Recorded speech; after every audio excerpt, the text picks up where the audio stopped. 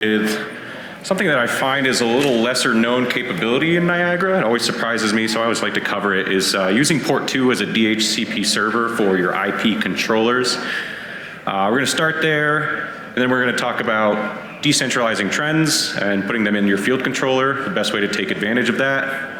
I had alluded to our import manager yesterday and our link manager, so we'll recap those and kind of go through the workflow. I'm not going to bore you to death with slides. I have a full PowerPoint that I'll share afterwards, just walking through what I'm going to share live today. But without further ado, we'll end a slideshow. We're not going to come back to it unless we have to. Okay, so let's start with using port 2 to host your IP controllers. I think there's a lot of complexity it feels when it comes to controllers, and we're not any better about kind of reducing those complexities in our nomenclature. But here's what I found works well in the real world when you put yourself in the position of the tech taking a service call at 2 o'clock in the morning. So if you go into the platform, you're going to go to interface 2, and first thing you want to do is obviously enable that adapter, set your IP address on port 2, save it, let your JS go ahead and reboot. When you come back, when it powers back up, you'll notice in interface 2 you have the DHCP DV4 settings.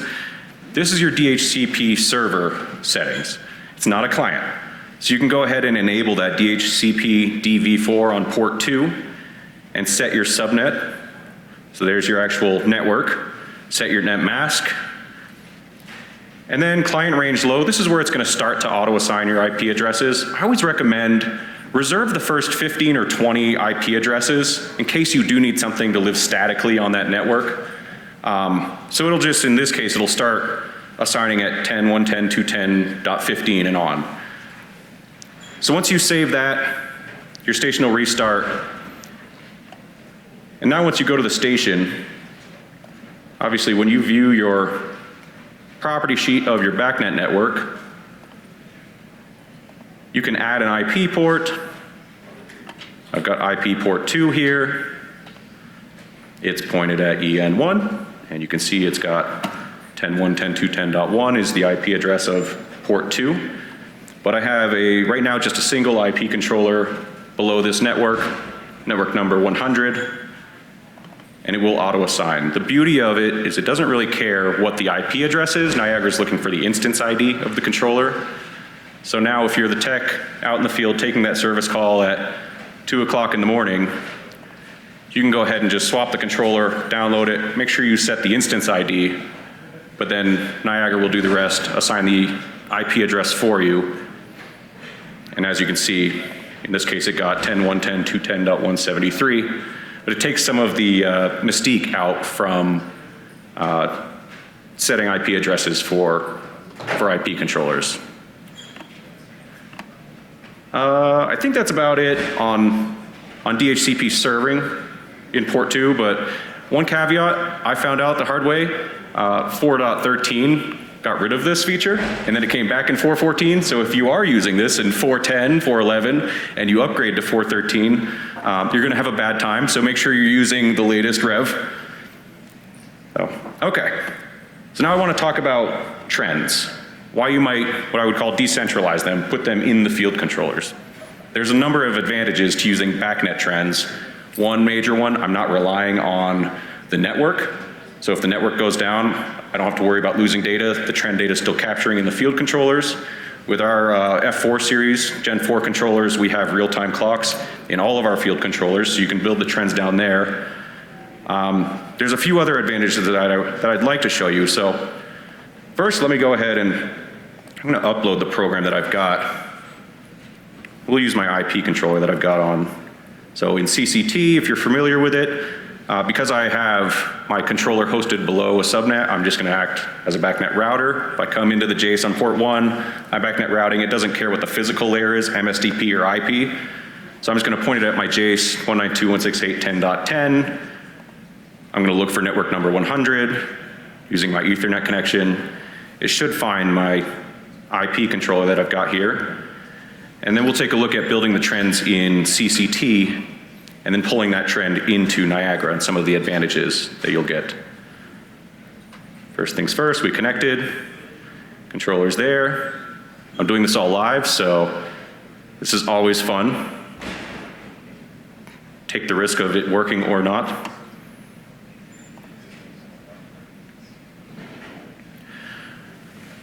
So what I want to show you is when you build the trends in CCT, one of the advantages that we have is, like I said, you don't have to worry about, is this transferring? Yeah, we're good. You don't have to worry about the network going down and losing trend data. So if you have critical trends, I would always recommend house it in the field controller.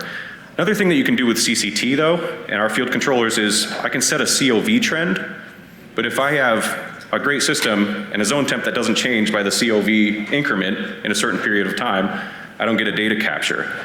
So I can do a COV trend with an interval involved. So maybe I've got a 15-minute interval regardless of whether that COV triggered a data point or not.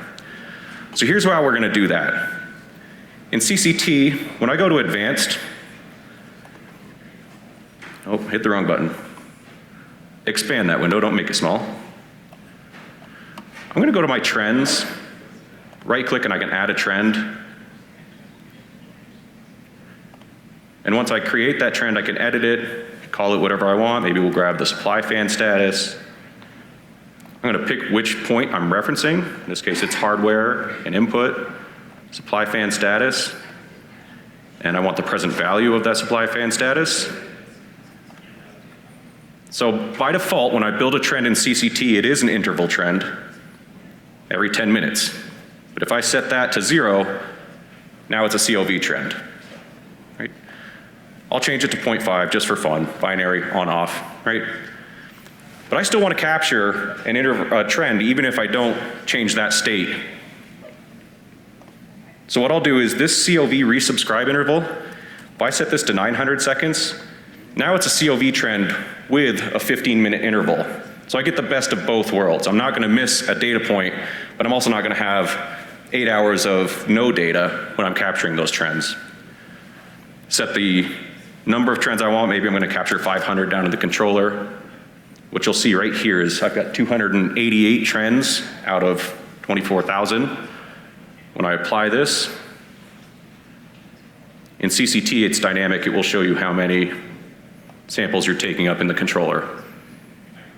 But yeah, I've got a COV trend with an interval, and I'm not relying on the network to capture that data. So if my network goes down, critical trends are still gonna be there. Once the network comes up, the data is gonna be pulled from Niagara from the controller into Niagara. So let's take a look at what that looks like. Back over in the Niagara side, we'll go ahead and take that controller, we'll drop it into the network. And when I unfold, instead of going to the points folder, I'm just gonna go to the trend log folder. And I can discover trends out of the controller. This works on all BACnet devices.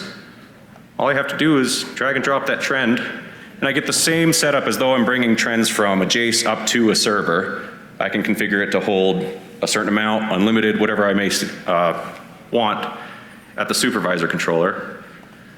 Add it, and it's as simple as that. Now there's one more advantage that I like by doing this. We talked about the fact that I can do COV with an interval. My trends aren't relying on the network. But I also like the fact that if I go ahead and execute that, under the history folder, it's going to automatically sort my trends by controller as well. So instead of having one giant list of trends down in the history folder that all live in the Niagara framework, they're BACnet trends, they're a little more reliable, and they're easier to sort through. So there's a number of reasons I would recommend putting your trends down in the field controllers if you have that capability. No matter what the manufacturer is, it'll pull in the same way. With CCT, with JCI, like I said, you get the advantage of COV with interval. But if you're not building your trends down in the field controllers, you haven't taken advantage of BACnet trends like I didn't for years, just build them in the JACE and all is well. I'd say reconsider taking a look at doing it this way. There's a number of advantages. All right. So one more piece I want to talk about. We're going to move from doing BACnet trends and pulling them into the JACE.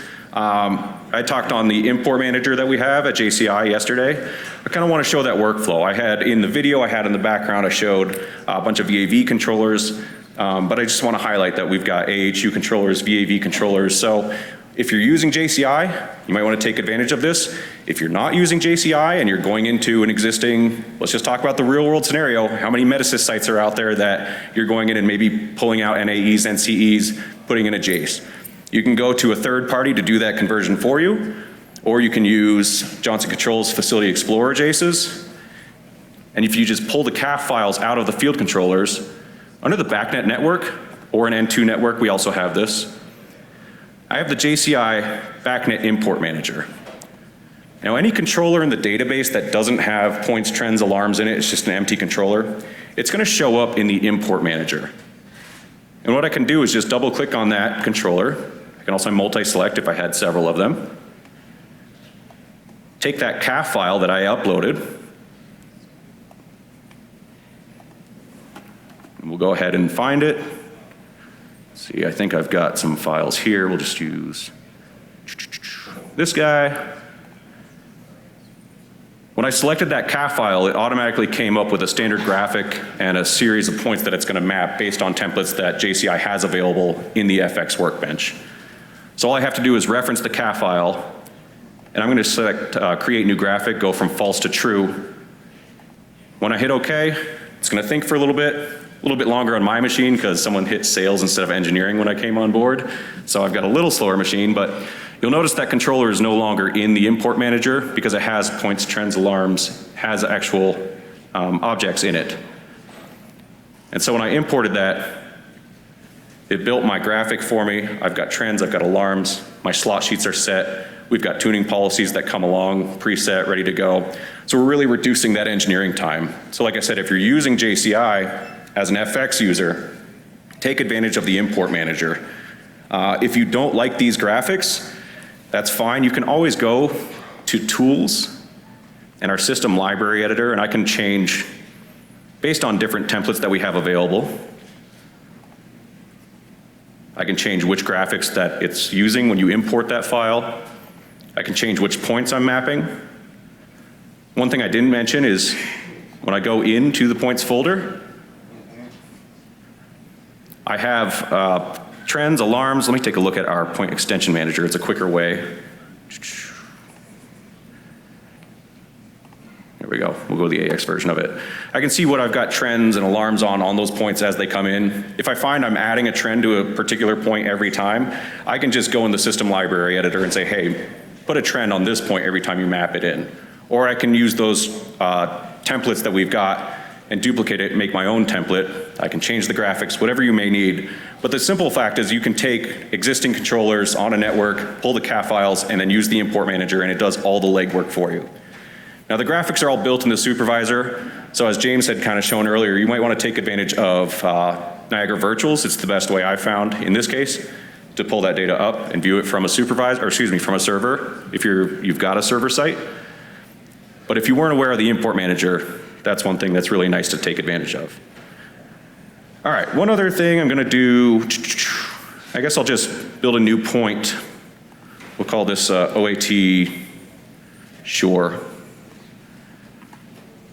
Because what I want to show is lastly the link manager that we have. I talked about it yesterday. And again, there's a number of other appliance features that we've got in JCI.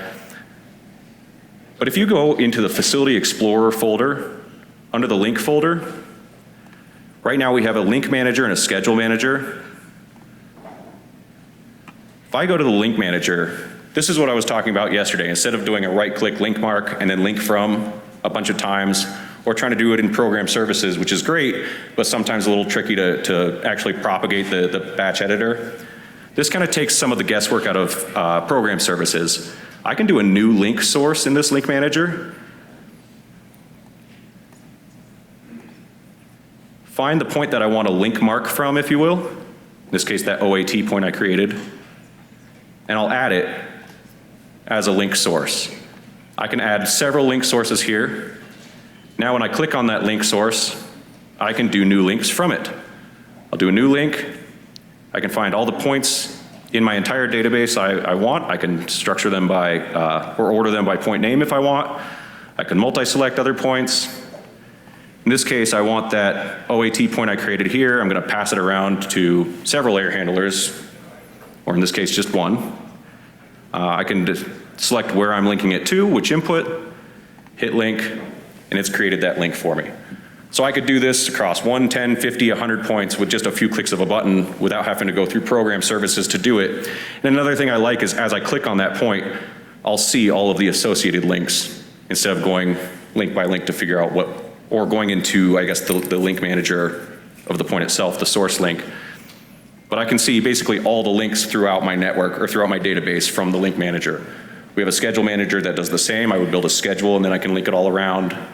Number of other features, but I think that covers in 20 minutes, leaving a little room for questions if there's any, what I wanted to talk about today. So use port 2 as a DHCP server, link manager for making point links all over the place, use the import manager for anything you're doing JCI, save yourself engineering time, and then get your trends out of Niagara and bring them in, decentralize them. So, thank you very much. Any questions? Any questions? Okay. Sir. Oh. You can say it loudly if you need. I'll repeat it too for the audience. On the importing trends from a BACnet controller, Yes.